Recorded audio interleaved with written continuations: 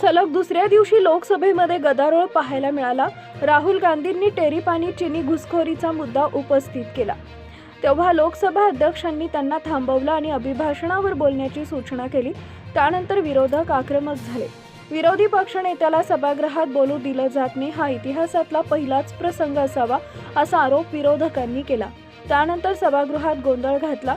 यानंतर राहुल गांधींनी पंतप्रधान नरेंद्र मोदींवर अनेक गंभीर आरोप केले। मोदीजी घाबरलेले आहेत। तुम्ही पाहिलं असेल की जी ट्रेड डील व्यापार करार 4 दिवसापासून थांबलेली होती। 4 महिन्यांपासून काही बदललं नव्हतं। कोणत्या ना कोणत्या कारणानं जे मला माहीत आहे आणि जे नरेंद्र मोदींनाही माहीत आहे। नरेंद्र मोदीजींनी काल संध्याकाळी त्या डीलवर स्वाक्षरी केली। नरेंद्र मोदीजींवर दबाव आहे, भयंकर दबाव आहे आणि नरेंद्र मोदीजींच्या प्रतिमेचा जो फुगा आहे तो हजारो कोटी रुपये खर्च करून बनवला गेला होता तो आता फुटू शकतो।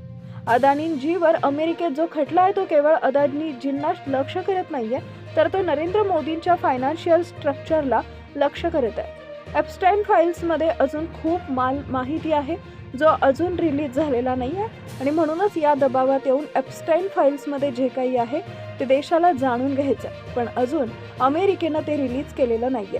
त्याचबरोबर दादांचा मृत्यू झालेला आहे ते म्हणजे जे विमान आहे ते विमा कंपनीचे मालक यांचा कुठेतरी संबंध आहे। विमान खूप निकृष्ट दर्जाचे आहेत आणि अशी विमानं ठेवणं याची हिंमत कशी होते? कुठेतरी ते मोदींचे मित्र आहेत का?